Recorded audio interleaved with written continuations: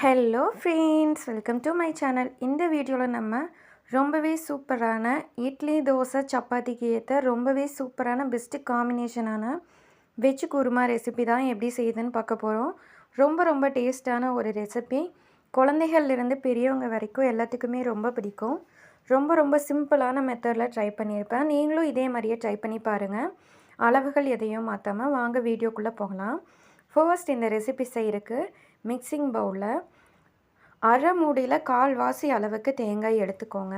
இது கூட ஒரு கைப்பிடி அளவுக்கு பொட்டுக்கடல, 5-6 பல்லு பூண்டு, ஒரு சின்ன துண்டு இஞ்சி, இது கூட காரத்துக்கேற்ப பச்சை மிளகாய், 1 ஸ்பூன் அளவுக்கு கொத்தமல்லி சேர்த்துக்கோங்க. 1/2 ஸ்பூன் அளவுக்கு சோம்பு சேர்த்து ஸ்மூத் பேஸ்ட்டாக அரைச்சி எடுத்துக்கோங்க. இப்போ நம்ம இதை இன்னொரு பாத்திரத்துக்கு மாற்றிக்கலாம். அடுத்தது இந்த மாதிரி சின்ன சைஸ் தக்காளி 7லிருந்து 8 தக்காளி எடுத்திருக்கேன். இப்போ நம்ம இதையும் மிக்சிங் பவுலில் சேர்த்து நல்லா ஸ்மூத் பேஸ்ட்டாக அரைச்சி எடுத்துக்கலாம். ஸ்டவ் ஆன் பண்ணி ஒரு பாத்திரம் வச்சுக்கோங்க. அதில் தேவையான அளவு ஆயில் சேர்த்துக்கோங்க. இது கூட ஹோல் ஸ்பைசஸ் எல்லாமே ஆட் பண்ணி ஸ்டவ்வை லோ ஃப்ளேமில் வச்சு வதக்கிக்கோங்க.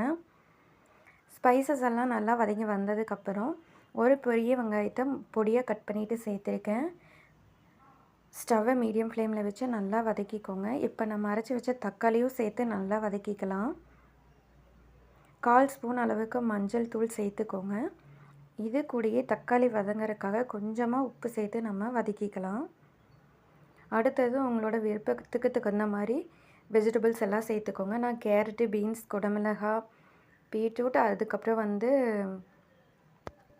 பச்சை பட்டாணி முன்னாடி நாள் நைட்டே ஊற வச்சுட்டு அதையும் சேர்த்துருக்கேன். இப்போ நம்ம எல்லாத்தையும் ஒன்ஸ் நல்லா மிக்ஸ் பண்ணிக்கலாம்.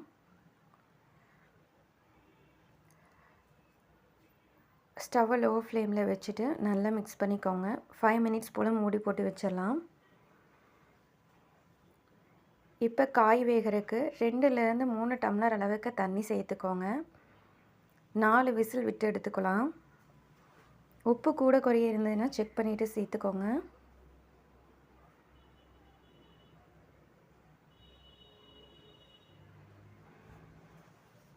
எல்லாத்தையும் ஒன்ஸ் நல்லா மிக்ஸ் பண்ணிவிட்டு மூடி போட்டு வச்சிடலாம். நான் இந்த குருமா ரெசிபி குக்கரில் தான் செய்கிறேன்.